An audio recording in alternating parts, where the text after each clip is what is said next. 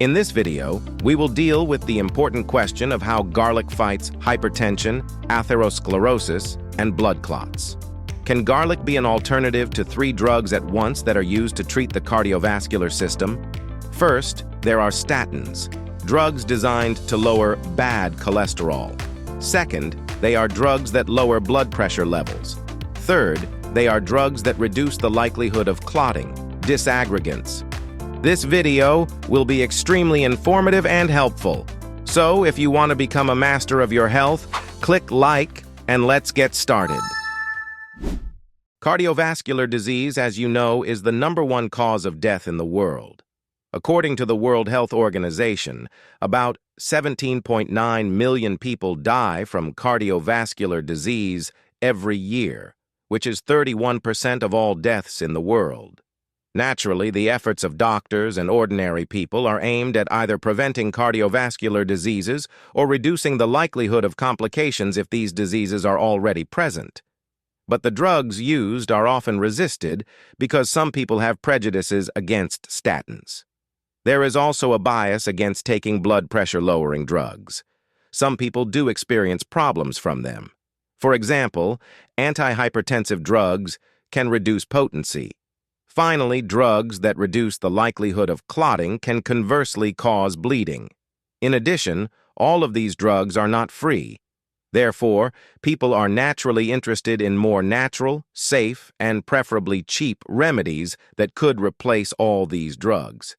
And there seems to be such a remedy. It is ordinary garlic. Studies show that garlic can be effective in lowering levels of bad cholesterol. In one study conducted at Ankara University, it was found that daily garlic consumption for 4 weeks reduces cholesterol levels by 12%. In animal experiments, garlic's ability to reduce the level of bad cholesterol, that is, low-density lipoproteins, and reduce the oxidation of bad cholesterol was established. Oxidized low-density lipoproteins are responsible for the formation of atherosclerotic plaques, which then lead to catastrophic consequences. It has also been observed that garlic is capable of lowering triglycerides, other blood lipids that also contribute to plaque formation and severe cardiovascular complications. It has also been noted that garlic can improve the function of the endothelium, which is the inner lining of blood vessels. In a study conducted at the University of Adelaide, it was found that garlic promotes the production of nitric oxide, which helps relax the vascular wall and reduces blood pressure. The endothelium will produce nitric oxide, which will cause the vascular wall to relax and lower blood pressure. Garlic has also been shown to be able to be a disaggregant for platelets, that is, to reduce their ability to clump and activate, acting in principle as an alternative to aspirin. These properties of garlic are mainly attributed to 2 main sulfur-rich substances, alliin and glutamylcysteine. Alliin is found in an amount of 1.8% of the weight of raw garlic. Alliin itself is odorless and has no irritating properties, but as soon as you cut or crush a garlic clove, an enzyme called alliinase immediately comes into action. Alliinase converts alliin into allicin. Allicin is a substance we all know very well. We can smell and taste it. Garlic is used either in its raw form, powder, aqueous extract, alcoholic extract, which is obtained over a period of 20 months, or garlic oil. All of these forms, from raw garlic to garlic oil, contain sulfur-containing components, which are the main active ingredients in garlic. Allicin, which is simply sold in capsules, is also now available. The average garlic clove weighs between 5 and 10 grams, and the powder that comes from that clove takes up 1/8 of a teaspoon. Both that powder and that clove contain approximately 180 milligrams of alliin or allicin if fermented. But all of this is theory. In practice, the criterion of truth. A review article covering studies from 1990 to 2012 analyzed the effects of various forms of garlic, from raw garlic to garlic extract, alcohol extract, garlic oil, garlic powder, and so on. On average, all of these studies were conducted with a dose of about 10 grams of garlic per day. There have been studies examining the effects of garlic on the lipid profile, i.e., cholesterol lowering, blood pressure, and clotting ability. Most studies looking at the effects of garlic on triglyceride and low-density lipoprotein levels have found that garlic use reduces bad cholesterol, low-density lipoprotein levels by an average of 10%, slightly reduces triglyceride levels, and slightly increases high-density lipoprotein levels. Most studies have shown that garlic use can slightly improve the blood lipid profile. As for the effect on blood pressure, the evidence has been very inconsistent. In a study conducted in Australia, garlic was shown to lower blood pressure in patients with hypertension.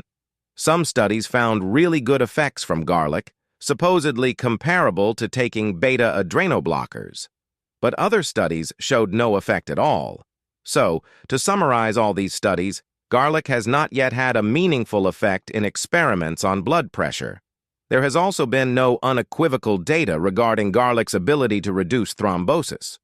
Thus, from these three statements about garlic, we can say that garlic can indeed reduce bad cholesterol in the blood by 10%, but it cannot affect either blood pressure or the ability to clot. At least, the studies known to date do not clearly answer this question. Therefore, can we recommend garlic as an alternative to modern cardiac drugs? It is clear that with regard to statins, probably not. The fact is that it makes no sense to consider garlic as an independent alternative to drugs that reduce the level of low-density lipoproteins, no matter whether they are statins or drugs that increase the breakdown of cholesterol or block its absorption, or aimed at restoring receptors to low-density lipoproteins. Garlic cannot compete with all these drugs. It can only be used as an addition to the diet, simply as part of other measures that a person takes to lower cholesterol. But this is not a bad thing either, because exercise, diet, and garlic consumption together can play a good role and allow a person to do without cholesterol-lowering drugs.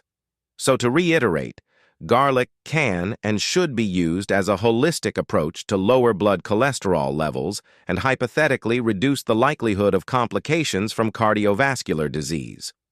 With respect to blood pressure and platelet aggregation, garlic may not yet be an alternative to current drugs. Perhaps in the future, further studies will be conducted and standardized doses will be used, since the studies cited did not have a single carrier of garlic active ingredients such as allicin or allicin. Mind you, fresh garlic, garlic powders, and various extracts were used, which for sure contained different amounts of active ingredients. One thing is certain from the results of these studies. There were virtually no side effects recorded. Only a few people experienced allergic reactions, from which no one is immune. In terms of use, if you are not afraid of the odor, you can consume 1 or 2 cloves of garlic a day, and it probably won't do any harm. If you are afraid of the odor, however, there are garlic powder and allicin supplements that are odorless, so the choice is left up to you. What do you think about this? Do you agree with these statements? If there are any questions, ask them in the comments. More information on this topic can be found at the links in the description below this video and on our channel. Subscribe and hit the bell for all notifications. Please like and share this video with your friends. Thanks to our sponsors for their support. I eagerly await your comments and encourage you to watch these useful videos.